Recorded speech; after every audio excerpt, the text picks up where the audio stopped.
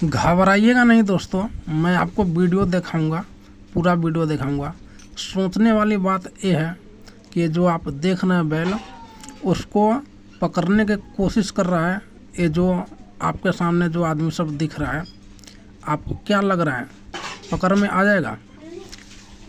अब तो आप ही लोगों का पता है, मुझे भी इतना पता नहीं है, ऐसे मैं बता दूं। चलिए थोड़ा सा मैं आपको वीडियो दिखाता हूं, वीडियो देखने के बाद बताइएगा।